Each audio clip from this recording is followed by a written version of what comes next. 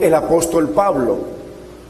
Hoy de pronto comenzamos a ver algo de lo que es la numerología bíblica. Y ahí vamos a darnos cuenta de el orden tan precioso y tan maravilloso de nuestro Dios para con su redención, para con su palabra, porque todo es una unidad. Dios no está dividido y su palabra es una sola, así como Dios es uno. Entonces, es importante. ¿Por qué? Porque el libro de Hebreos es realmente la sustancia del modelo de Dios. El libro de Hebreos nos enseña sobre los dos tipos o formas de acercarnos a Dios.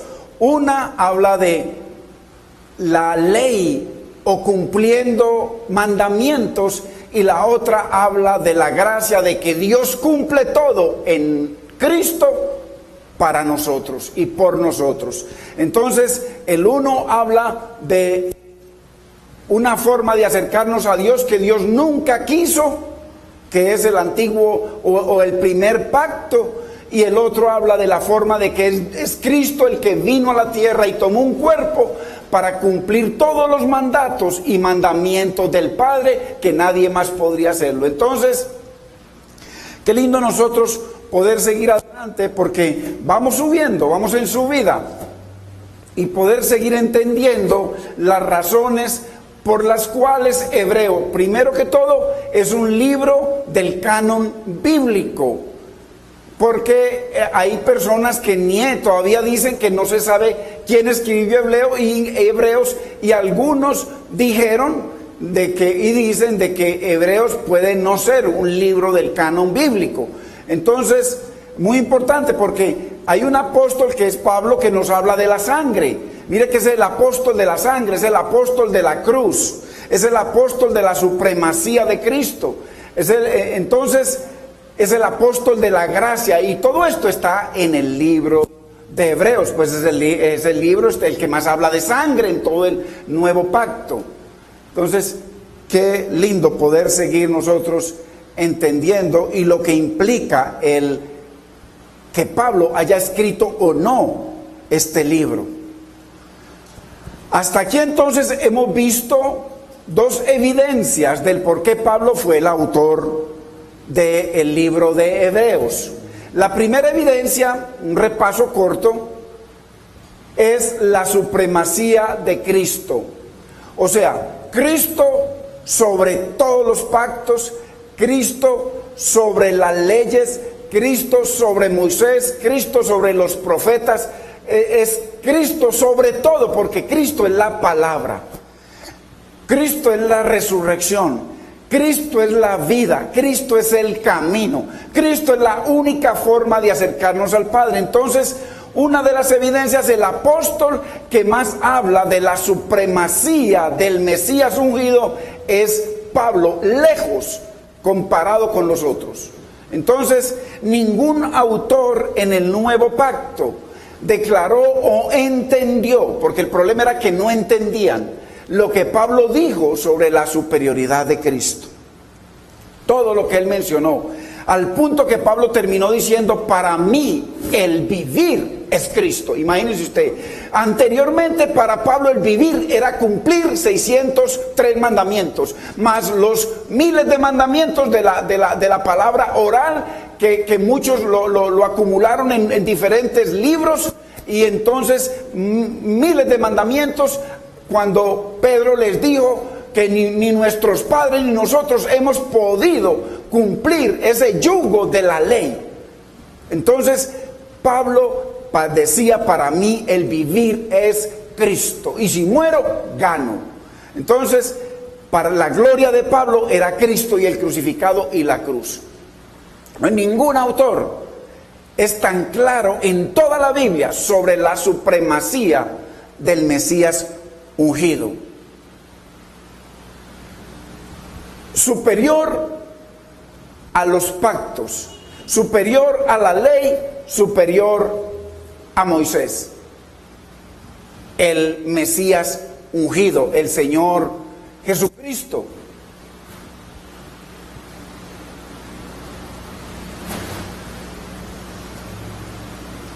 Ningún autor del Nuevo Pacto declaró o entendió lo que Pablo dijo sobre la superioridad del Señor. Y por supuesto que ahí estamos hablando de los profetas, estamos hablando de la experiencia que tuvo en el Nuevo Pacto, en el Nuevo Testamento, Cristo, de su gloria, cuando se aparecieron Moisés y Elías. Y Juan dice que él es testigo de eso, que vimos su gloria. Y está hablando de tres personas, de Jacobo, de Pedro y de mí. Dice Juan, vimos su gloria. Gloria como la del unigénito del Padre, lleno de gracia y de verdad. Entonces, ese Mesías, ese hombre que Juan el Bautista bautizó, Pablo habla de la supremacía de ese Mesías. La evidencia número 2 que vimos fue el anhelo de Pablo, el deseo de Pablo para con su pueblo, el pueblo judío, el pueblo israelita. Pablo más que nadie anhelaba alcanzar a los judíos. No hubo otro, ni hay otro con el deseo de Pablo. Él dijo que si fuera posible, él mismo se haría anatema por los judíos. Anatema, estamos hablando de una persona apartada, separada de Dios. Y acordémonos lo que implica eso. Cuando una persona es cortada, es lo que dice el Señor por allá en Juan 15, separados de mí, nada podéis hacer. Entonces mire que Pablo decía, yo haría eso, separarme de Cristo por amor del pueblo hebreo.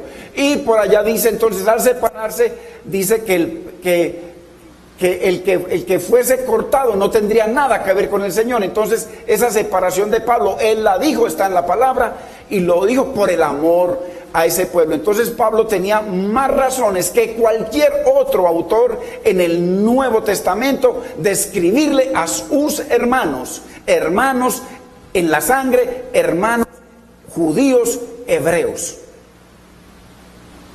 hermanos de su cultura, descendientes de Abraham. Entonces, así que es muy fácil ver por la palabra. Lo lindo aquí es que nosotros estamos aprendiendo y entendiendo y conociendo por la palabra, no lo que a mí me parezca, no lo que yo crea, porque todo eso es inmundicia delante de Dios, sino por la palabra, que Pablo, más que cualquier otro de los autores bíblicos, tenía el deseo de escribir una carta para sus hermanos los hebreos. Y ya lo vimos nosotros con muchos versos. Hoy entonces comenzamos la evidencia número 3, la estrategia de Pablo. Porque una cosa era el anhelo de Pablo, el deseo, el amor de escribirle a ese pueblo, pero otra era la estrategia para él ganarse a ese pueblo para el Mesías. Entonces, la tercera es la estrategia de Pablo. Podemos ver en su estrategia, en la estrategia de su ministerio, que trataba de alcanzar primero a los judíos y luego a los gentiles. Acordémonos de la experiencia que él tuvo en camino a Damasco y el mandato y el mandamiento del Señor después de que él lo envió a que fuera sanado, que quedó ciego y que lo ungieron y que fue bautizado.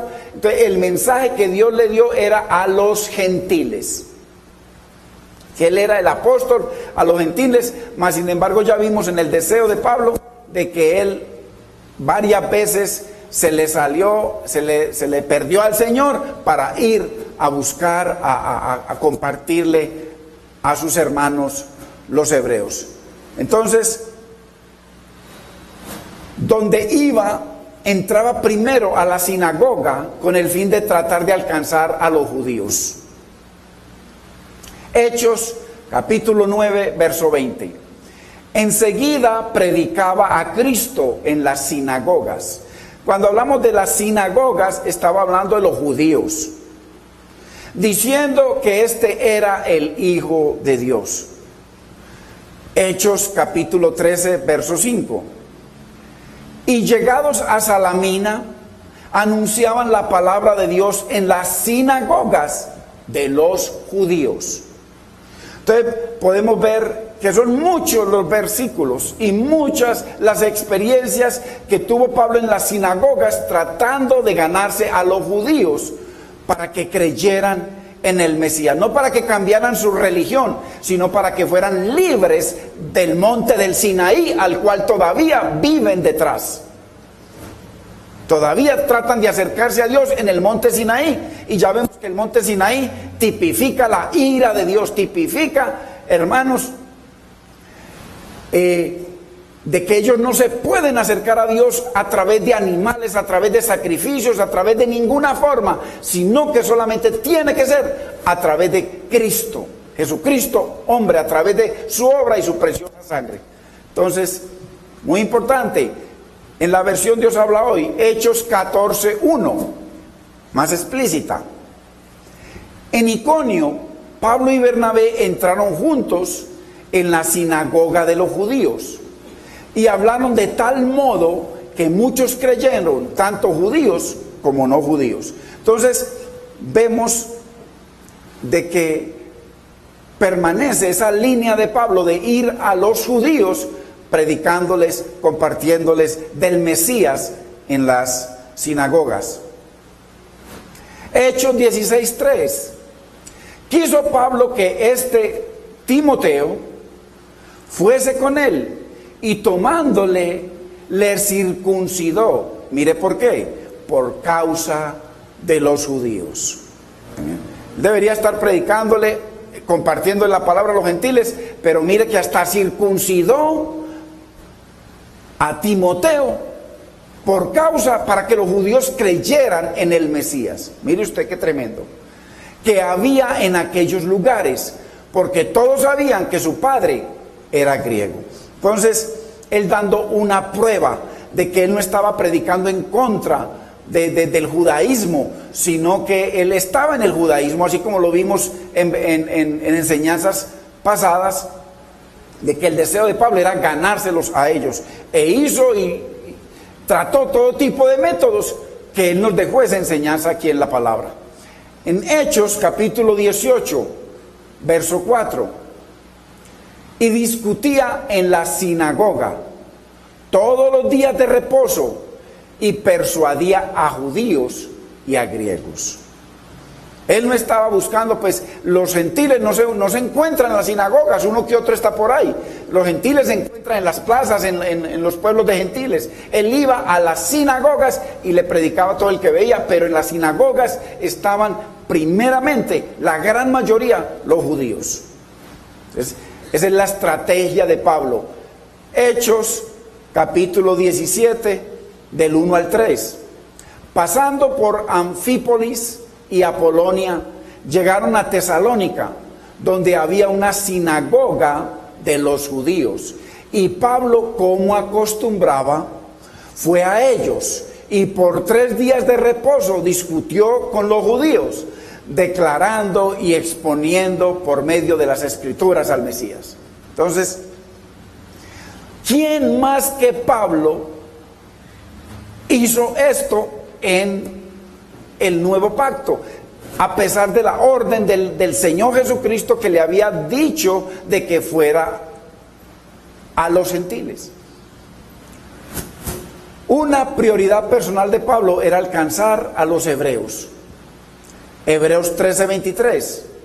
Pablo menciona que Timoteo estaba en libertad, indicando que el autor, el que está hablando de Timoteo, estaba en la cárcel cuando escribió la carta. Pablo, en el verso 23 del capítulo 13, él está mencionando, y es el único autor que menciona a Timoteo. No hay otro autor que menciona a Timoteo. Entonces, él está en la cárcel, menciona a Timoteo en el libro de Hebreos. ¿Cómo es posible que otro que escribió el libro de Hebreos pone ese recuerdo de que Pablo, estando en la cárcel, mencionó a Timoteo? Imposible. Saber que está en libertad nuestro hermano Timoteo, con el cual, si viniere pronto, iré a veros. Entonces, si usted busca en todo el nuevo pacto, no va a encontrar a ningún otro que hable de Timoteo, excepto Pablo. En primer lugar, no hay otro autor en toda la Biblia que mencione a Timoteo, únicamente Pablo, y lo menciona en el libro de Hebreos. ¿Quién escribió Hebreos? Pablo menciona a Timoteo en 10 de sus otras 13 cartas a las iglesias, mientras que ninguno de los autores de los apóstoles del Nuevo Testamento menciona nunca a Timoteo. ¿Quién más en los días de los apóstoles estaba en una cárcel escribiendo cartas de exhortación y edificación, esperando la llegada de Timoteo? Únicamente Pablo. Entonces, estas son razones obvias de que si en el libro de Hebreos el autor de Hebreos menciona a Timoteo, el único que lo menciona en toda la Biblia es Pablo, y por supuesto que le está hablando desde la cárcel, y el que estaba en la prisión en ese momento no era otro autor, sino Pablo.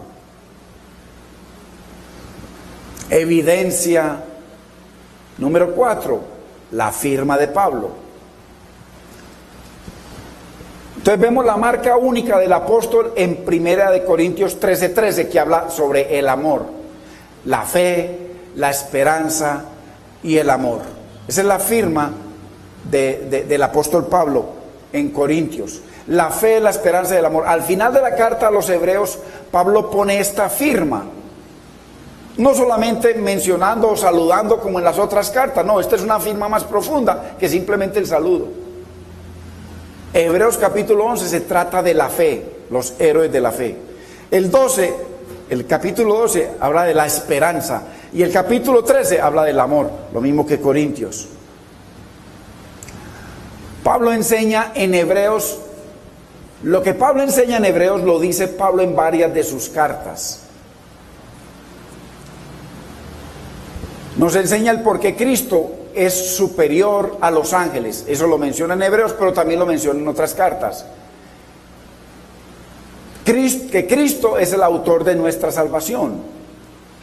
También menciona Pablo que se le reveló la doctrina de la supremacía o superioridad de Cristo sobre cualquier otro pacto. Eso lo habla el libro de Hebreos, pero eso lo menciona Pablo en casi todas sus cartas. La supremacía de Cristo, para él decir: solo me glorío en la cruz de Cristo y en el crucificado. Me he propuesto no saber entre vosotros nada más, sino solamente a Jesucristo y al crucificado. Y así, muchísimas menciones de Pablo, que es lo mismo que él está hablando en el libro de Hebreos.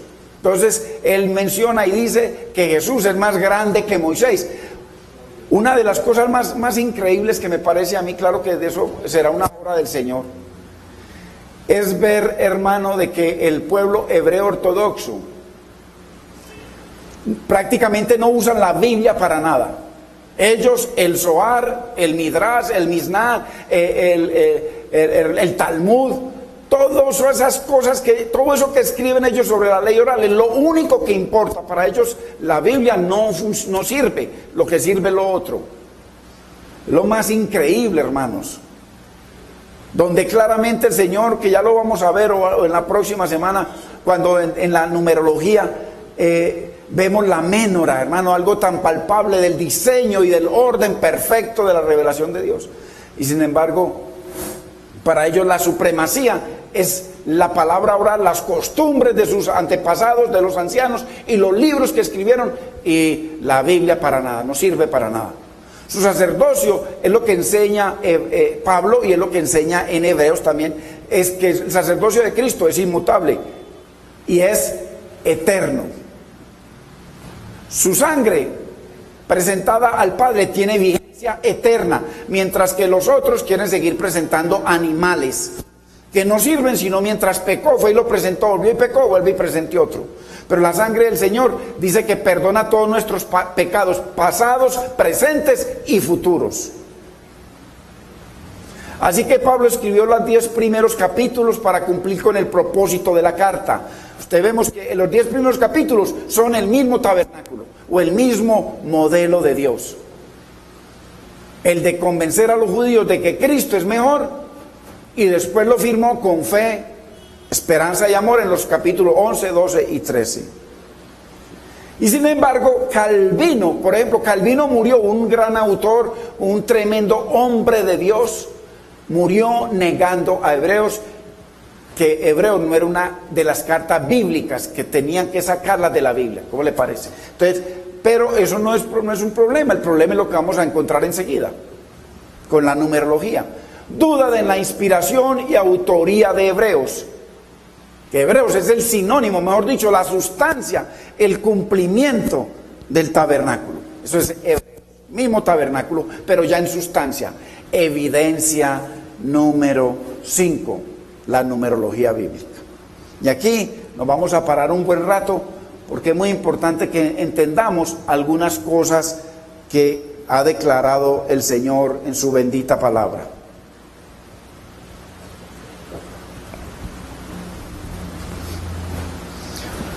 Cuando hablamos de un Dios de orden, hablamos de su sabiduría infinita. Para Él tener un orden infinito necesita una sabiduría infinita, porque Dios no se equivoca nunca. El Señor con su sabiduría, mire lo que dice Proverbios 3:19. El Señor con su sabiduría fundó la tierra, afirmó los cielos con inteligencia. En Proverbios 25:2 dice: gloria de Dios es encubrir un asunto, pero honra del rey es escudriñarlo. A nosotros nos toca escudriñar la palabra, para encontrar lo que Dios tiene ahí secreto. Lucas 8:10, y Él dijo: a vosotros os es dado conocer los misterios del reino de Dios. Hermano, pero no está diciendo a la iglesia que se congrega. No, aquellos que buscan al Señor de todo su corazón. A mí me halla el que temprano me busca, no el que se congrega. A vosotros os he dado a conocer el misterio del reino de Dios, pero a los otros, al mundo y a los que se congregan porque es día domingo, y no porque aman al Señor, porque aman la palabra de Dios, porque viven para Dios, porque se deleitan en su palabra y en ella meditan siempre.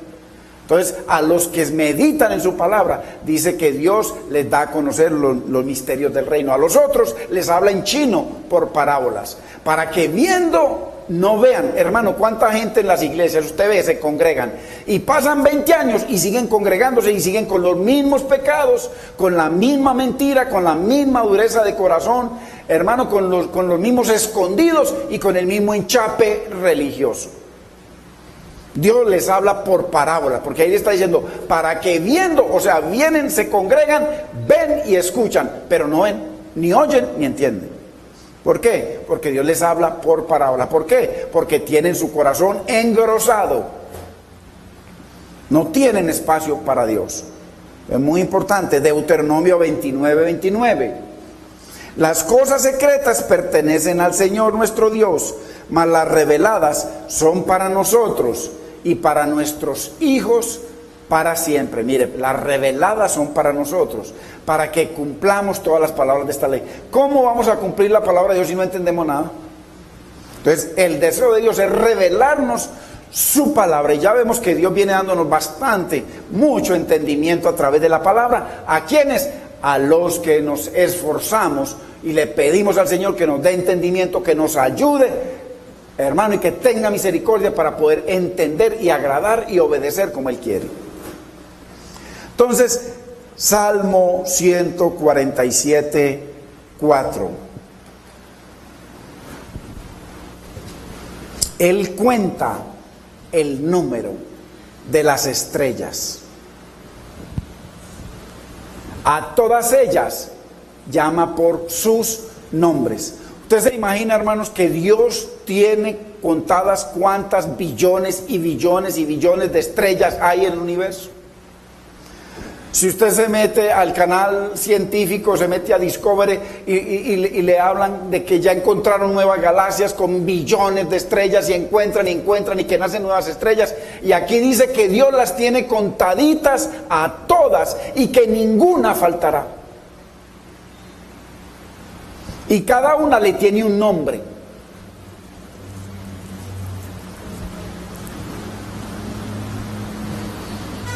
Algunos dan una tipología de esto con los ángeles, con todos los ángeles. Isaías 40:12. ¿Quién midió las aguas con el hueco de su mano? O sea, usted sabe, las aguas tienen una medida. Y Dios sabe cuál es esa medida. Y los cielos con su palmo. Nosotros debemos entender que las aguas de los mares en la tierra no son nada comparado con las aguas que están arriba. Y los científicos están ahora diciendo de que el Hubble o el telescopio ese potente, que descubrieron de que en algunos de esos cometas va agua congelada. ¿Cómo le parece? Y la Biblia lo dice hace miles de años, de que arriba todo está congelado. Pero lo dice textualmente. Entonces, el Señor lo tiene todo contado, las aguas de arriba y las aguas de abajo. Acuérdese que Él separó. Él no dice que juntó todas las aguas en un solo lugar. Dice que separó a las de arriba y las de abajo. Las de abajo las montó en lugar y las llamó mares. Pero y las otras, las abundantes, que dice que hay un mar de cristal. ¿Por qué? ¿Por qué de cristal? Qué frío tan tremendo debía ser. Entonces, ¿quién midió las aguas con el hueco de su mano y los cielos con su palmo? Estamos hablando de medidas, estamos hablando de números, de cálculo, de numerología. Con 3 dedos, mire qué raro, 3 dedos. ¿De quién serán los 3 dedos? El uno de quién, el otro de quién y el otro de quién. Juntó el polvo de la tierra y pesó los montes con balanza. Y con pesas los collados. Todo esto es numerología bíblica. Habla de pesos, habla de balanzas, habla de medidas, habla de pesas. Isaías 40:26. Levantad en alto vuestros ojos y mirad quién creó estas cosas.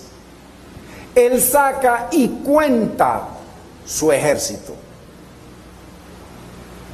A todas llama por sus nombres, ni una sola faltará. Nosotros que hacemos cuentas y al momentico se nos olvida cuánto llevamos. Y de ahí dice que Dios tiene contado todo. Imagínense que dice que tiene contado todos los cabellos de nuestra cabeza. ¿Ah? Usted sabe, las millones y millones de personas que han vivido en la tierra, dice que Dios los tiene contados todos. Tal es la grandeza de su fuerza y el poder de su dominio. Con razón, la gente, los ateos y el mundo, y la gente que se congrega, que no obedece, no entiende nada de las cosas de Dios. Hermanos, nosotros deberíamos venir un jueves con ese deseo, con ese anhelo de irme a encontrar con mis hermanos, ir a bendecir a mis hermanos, ir a saludar a mis hermanos, a abrazar a mis hermanos, a perdonar al que tenga que perdonar, a pedirle perdón al que tenga que pedirle, y no con una dureza religiosa, hermano, señalando y señalando. Qué lindo uno venir y decir, me deleito en tu palabra, me voy a reunir con mis hermanos, Señor, a deleitarme, mi Señor, a gozarme, para compartir con otros. Los números en la Biblia son un lenguaje de Dios. Esto es muy importante que debemos entender. Los números no son simplemente cosas que están ahí, son un lenguaje. Es un idioma con mensajes proféticos. Si Pablo no escribió Hebreos, entonces se deforma el candelabro con sus 66 partes o libros. ¿Por qué? Porque hay 2 implicaciones. La primera, supongamos que lo escribió cualquier autor y que no se sabe quién fue, pero es del canon bíblico, ahí está entonces la menora completa, pero ahí no se cierra el problema. Dios dice que Él es un Dios de orden. ¿Cómo cierra una y se le abre otra puerta peor? Que el apóstol con más revelación, que fue llevado al tercer cielo, que habla de la supremacía de Cristo, que habla de la cruz y de la sangre, como nos habla, el apóstol de la gracia esté con un número de rebelión, que haya escrito 13 libros, el número de la rebelión en la Biblia.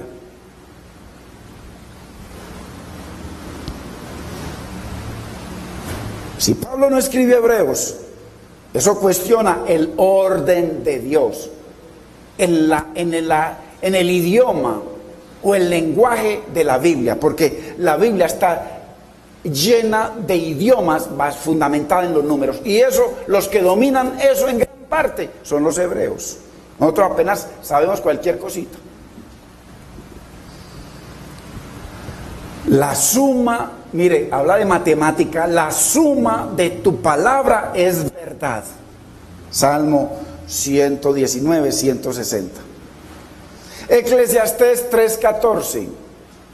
He entendido que todo lo que Dios hace será perpetuo. Sobre aquello no se añadirá, ni de ello se disminuirá. Y lo hace Dios para que delante de Él teman los hombres. La palabra está escrita y terminada desde antes de la fundación del mundo. Simplemente se manifestó, así como Cristo, el Cordero que fue inmolado desde antes de la fundación del mundo, pero se manifestó en los posteriores tiempos proféticos por amor de nosotros. Los 66 libros forman una unidad en Dios. Por eso no caben más ni menos libros, ni más ni menos palabras. Todo está preciso. Si solo fuera a decir que Pablo no escribió el libro de Hebreos y se acabó la cosa, lo escribió otro, no hay problema, porque así se solucionan las cosas algunas veces teológicamente. Pero no es así, había grandes repercusiones teológicas y ya vamos a ver el porqué. En la interpretación bíblica hay algo que llaman la ley de la primera mención. En hermenéutica, en la interpretación bíblica, hay algo que es considerada en los teólogos, los catedráticos bíblicos, de que la primera vez que se mencione algo, eso se sigue repitiendo a través de la palabra. Entonces lo tienen como una ley de la primera mención.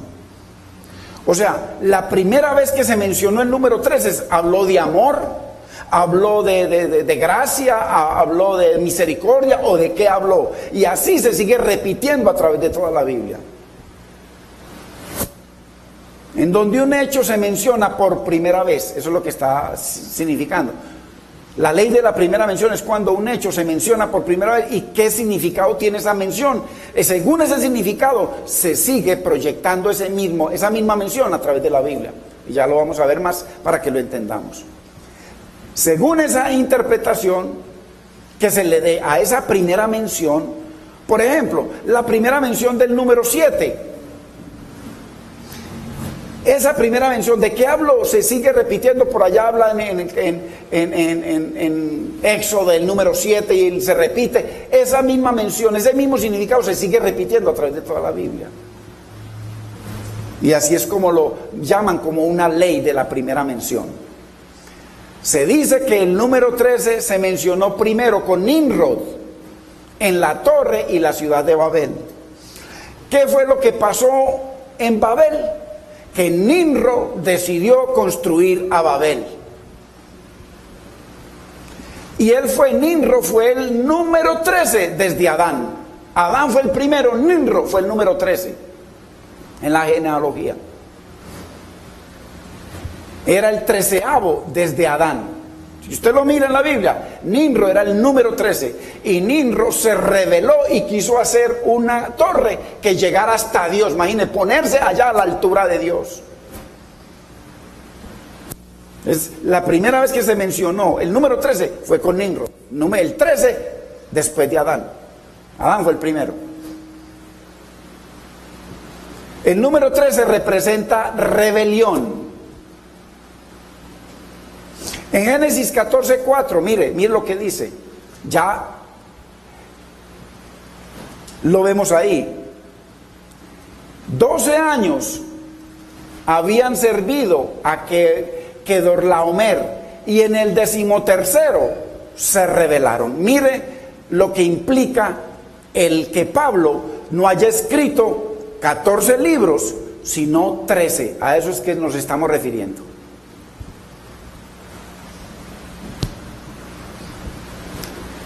Coincidencia. Quizás uno de los hechos más obvios es del número 13 y su significado es que los jóvenes, por lo general, se rebelan a los 13 años.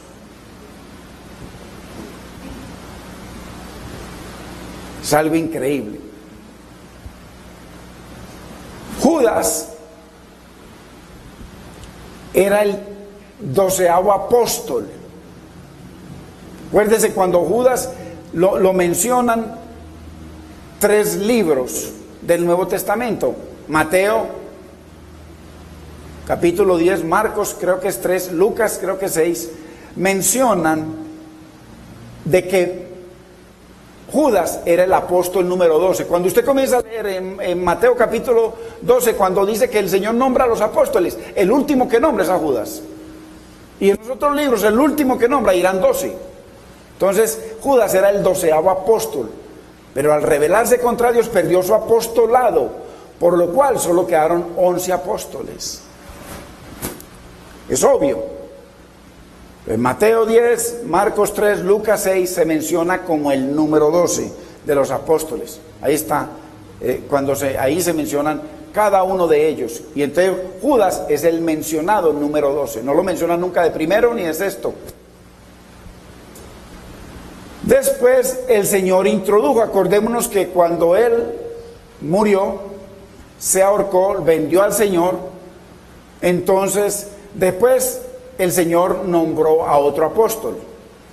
Porque tenemos que entender una cosa, hermanos, y esto no hay un consenso general entre los teólogos, pero viéndolo bíblicamente y viendo lo que Dios dice de Él y lo que Él dice que Dios dice de Él,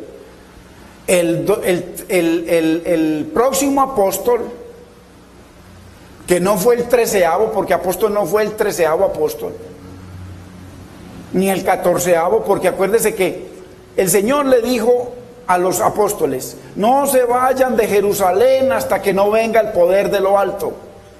Y sin venir el poder de lo alto, en Hechos 1, ahí dice: vamos a tirar suertes a ver para que nombremos al que falta. Y entonces dice que habían varios, había un poco, pero escogieron a 2, porque dice claramente ahí en Hechos capítulo 1, creo que es del 12 en adelante, dice de que en los que mientras el Señor entraba y salía, todos los que éramos testigos, entre esos hay que hacer la selección a ver quién sale de apóstol.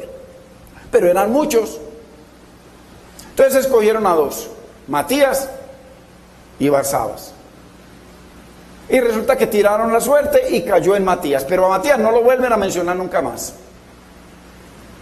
Pero por allá hay otro, dice: yo apóstol no de hombres, que a él no lo nombró Pablo, no lo nombró ni Pedro, ni Jacobo, ni Juan, no de hombres, ni por hombre, ni por caricellazos, ni por suertes, sino por Dios y Jesucristo. Ojo que eso lo dice claramente el apóstol Pablo varias veces. Entonces, Judas era el número 12. Al revelarse, que todo eso es profético, siendo el 12, se rebeló y cambió de puesto. Se rebeló contra el Señor. Dios mismo nombró los 12 apóstoles. Y el que nombró el otro apóstol no fue Pedro ni Juan por caricellazo, sino que fue Cristo, apóstol no de hombres ni por hombres. Muy importante entender esto. Que hay gente que dice: no, que es que el 12º es Matías, porque ahí está. Hay que entender mejor la palabra, porque claramente Dios dice de Pablo, y él mismo dice lo que Dios dice de él. No de hombres ni por hombres, no de Pedro, ni de Juan, ni de Jacobo, ni de caricellazos. A mí me nombró Dios el Padre en Jesucristo. Así lo dice Pablo textualmente varias veces. Entonces, después de que él cayó, se rebeló contra Dios, se introdujo a otro apóstol para completar los 12. Quedaron 11. Así es el orden de Dios. No es que Pablo es el 13, quedaron 11. Hay que rellenar el cupo porque tiene que ser 12. ¿Por qué 12? Porque en el orden eterno de Dios, en la numerología de Dios, el número 12 habla de un gobierno. 11 no es gobierno, 11 es desgobierno. 12 es gobierno. Entonces quedaron 11. Salió uno, quedaron 11. Entonces el cupo 12 quedó libre. El número 12 representa la perfección del gobierno o autoridad. Mano, por eso cuando el Señor habla de 12 apóstoles, no es que se le ocurrió 12, ni 12 puertas, ni 12 fundamentos, ni 12 perlas, hermano, ni 12 mil kilómetros, ni nada de esas cosas, hermano, ni 144,000, 12 por 12. Todo eso es un orden perfecto en el gobierno y el orden de Dios.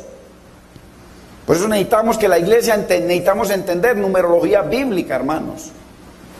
Que esto para mucha gente es chino. Y nosotros debemos entender esto porque esto está en la palabra. Entonces, el número 12 representa la perfección del gobierno o de autoridad de Dios. Como Judas había sido un apóstol del Señor, nombrado por el Señor, al salir quedó como el apóstol número 13 por su rebeldía y desobediencia al Señor. Hermanos, usted vaya a Estados Unidos y le garantizo que difícilmente usted va a encontrar un edificio en el ascensor que diga piso 13. Nunca lo va a encontrar. Y así mismo en muchas cosas. ¿Por qué? Porque todo eso viene de la Biblia. ¿Por qué? Porque eso allá se inundó de judíos. Entonces, usted, por ejemplo, lo ven en las cosas, en el gobierno norteamericano, el número 13 allá prácticamente no lo usan. Y si usted lo busca, busque problemas con el número 13 ¿cómo se llama? En YouTube, y verá la cantidad de cosas y anécdotas que les salen de Estados Unidos. ¿Por qué? Porque es que es un pueblo de un fundamento hebreo y bíblico muy grande. Que hoy en día se estén torciendo muchos, bueno, pero hay un fundamento. Entonces, Judas había sido el apóstol del Señor, al salir quedó como el 13 por su rebeldía y desobediencia al Señor. El número 13 representa rebelión. Los judíos acostumbraban castigar con latigazos. Acuérdese lo que decía Pablo, 40 menos 1. La Biblia dice que el Señor Jesucristo llevó nuestras rebeliones, 40 menos 1 azotes, 39 azotes, 13, 3 veces 13. Es un múltiplo. 13, 33, todo lo que 39, todo lo que es múltiplo del 13 tiene que ver con rebelión. Y Jesucristo se convirtió en rebelión, porque dice claramente la palabra en Isaías de que Él llevó nuestras rebeliones. Entonces no fue que pusieron allá, este señor, Pilato lo mandó a azotar. Y a él le dieron 39 azotes. 39 contaditos, 39 azotes. Y en los 39 azotes lo volvieron nada al Señor. Pero fueron 39. Habla de rebelión. Isaías 53:5. Mas él herido fue por nuestras rebeliones, molido por nuestros pecados. El castigo de nuestra paz fue sobre él, porque él cogió nuestras rebeliones. Ahí lo dice textualmente. Entonces, el hecho de que él haya recibido 39 azotes no es por cuestión de que pudieron haber sido 35, 36. No, Señor. Todo eso es un orden perfecto de Dios. De esos 40 menos 1 latigazos, Jesús recibió 39 por su rebelión. Todo eso, hermano, ¿por qué? Porque él estaba recibiendo la ira de Dios. La paga del pecado es muerte. A pesar de que no pecó, él decidió recibir nuestros pecados. Y la ira de Dios vino sobre él porque él recibió todas nuestras rebeliones. Muy importante entender la palabra. Los judíos acostumbraban dar 13 latigazos en el pecho, 13 latigazos en la espalda y 13 latigazos en los lomos. Y eso implica 3 cosas.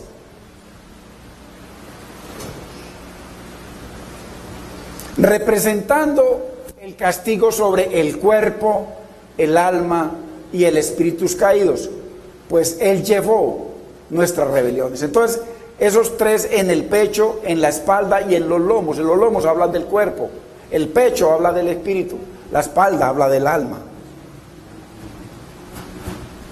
Así lo interpretan. Segunda de Crónicas, capítulo 16, verso 12.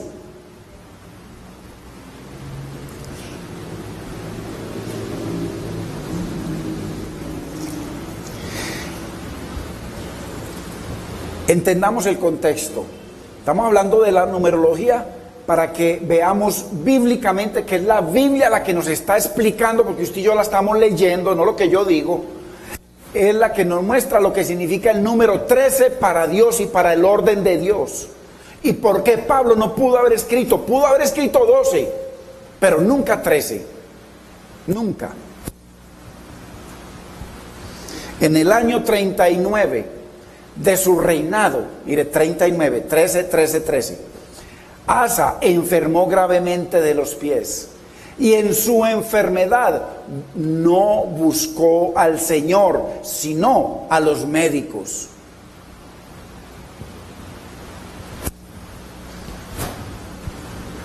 No buscó al Señor, no quiso contar con el Señor, se rebeló. Y ahí murió. En Romanos 1, Pablo da una lista de las características del hombre pecador.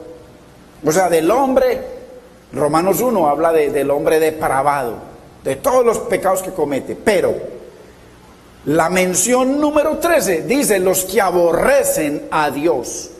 Si usted lo mira en su Biblia después, va a ver, usted comienza a ver uno por uno, pero el número 13 dice los que aborrecen a Dios, que se han rebelado contra Dios. Número 13. Y siguen más, porque son más de 20. Pero el número 13... en esa lista increíble, está así, en esa numerología está así, increíble cómo Dios permitió que quedara así, porque habla de se rebelaron contra Dios, aborrecieron a Dios. En la destrucción de Jericó también está estampado el número 13. Josué capítulo 6, verso 14. Así dieron otra vuelta a la ciudad el segundo día y volvieron al campamento, y de esta manera hicieron durante 6 días. Sume 6. Verso 15. Al séptimo día se levantaron al despuntar el alba, y dieron vuelta a la ciudad de la misma manera 7 veces. 6 más 7, 13. Solamente este día dieron vuelta alrededor de ella 7 veces. 7 más 6 son 13. Y cuando los sacerdotes tocaron las bocinas la séptima vez, Josué dijo al pueblo: gritad, porque el Señor ha entregado la ciudad. ¿Por qué? Porque es una ciudad rebelde contra Dios. Ahí está el número 13. Esther capítulo 3, verso 7. El primer mes del año, o sea, el mes de Nisan, en el año 12º del reinado de Asuero, se echaron suertes en presencia de Amán, para fijar el día y el mes en que convenía llevar a cabo su plan macabro. Ojo, y salió el día 13 del mes 12, o sea, el mes de Adar. Así lo dice, Dios habla hoy. El día 13, ese plan para destruir a todo el pueblo hebreo, que no quedara un hebreo allá. Los iban a matar a todos, y ese plan lo diseñó Amán. Número 13, rebelión, perversión contra Dios, su pacto y su pueblo. Es muy importante, hermano, que entendamos bíblicamente, porque es la palabra la que nos está enseñando. El rey Salomón se gastó 7 años en edificar la casa de Dios. ¿Cómo le parece? El templo, que mire usted, dicen que era una de las maravillas del mundo. Se demoró 7 años en construir el templo de Jerusalén y 13 años en construir su propia casa. ¿Cómo le parece? Primera de Reyes 6:37. En el 4º año, en el mes de Sif, se echaron los cimientos de la casa del Señor. Y en el 11º año, en el mes de Bul, que es el mes octavo, fue acabada la casa con todas sus dependencias y todo lo necesario.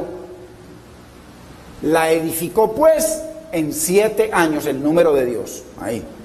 Qué coincidencia que se hayan demorado 7 años en construir la casa de Dios. Número 7, número de Dios. Qué coincidencia. No son ninguna coincidencias. Todo es un programa eterno de un Dios de orden, precioso y perfecto. Primera de Reyes 7:1. Después de que edificó la casa del Señor, después edificó Salomón su propia casa en 13 años. ¿Cómo le parece? Y la terminó toda. ¿Cómo sería esa casa de Salomón? Hermanos, 13 años.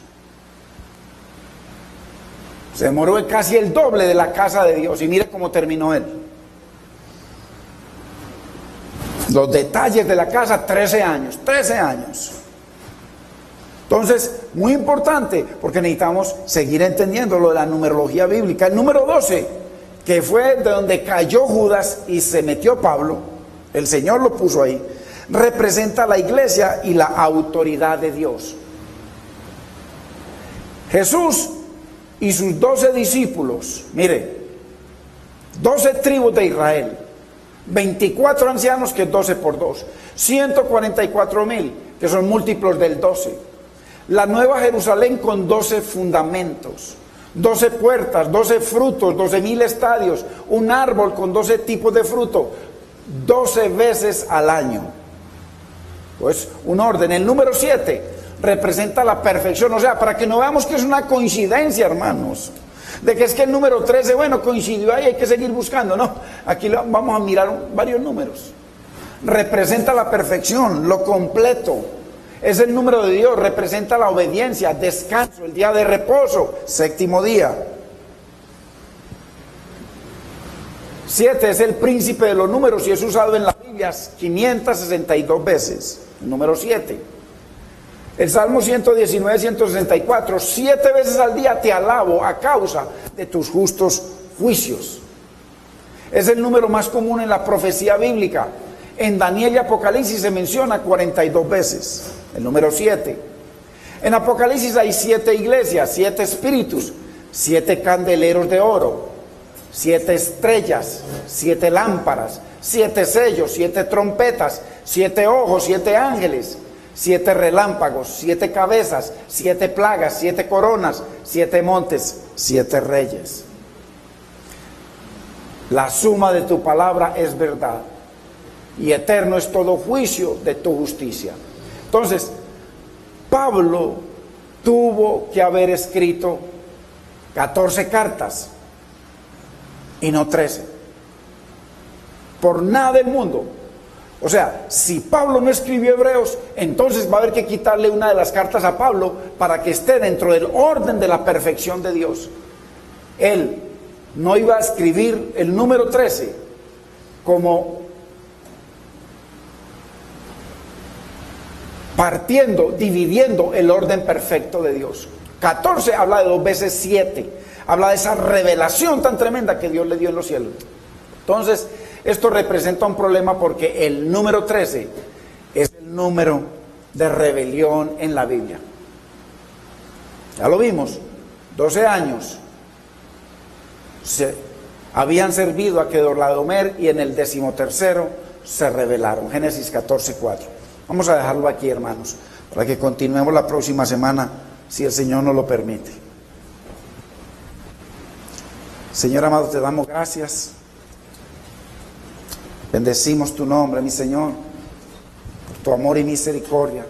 Gracias, Dios mío, por este entendimiento que nos estás dando. Síguete glorificando, mi Señor, en nuestra vida, Señor, que a medida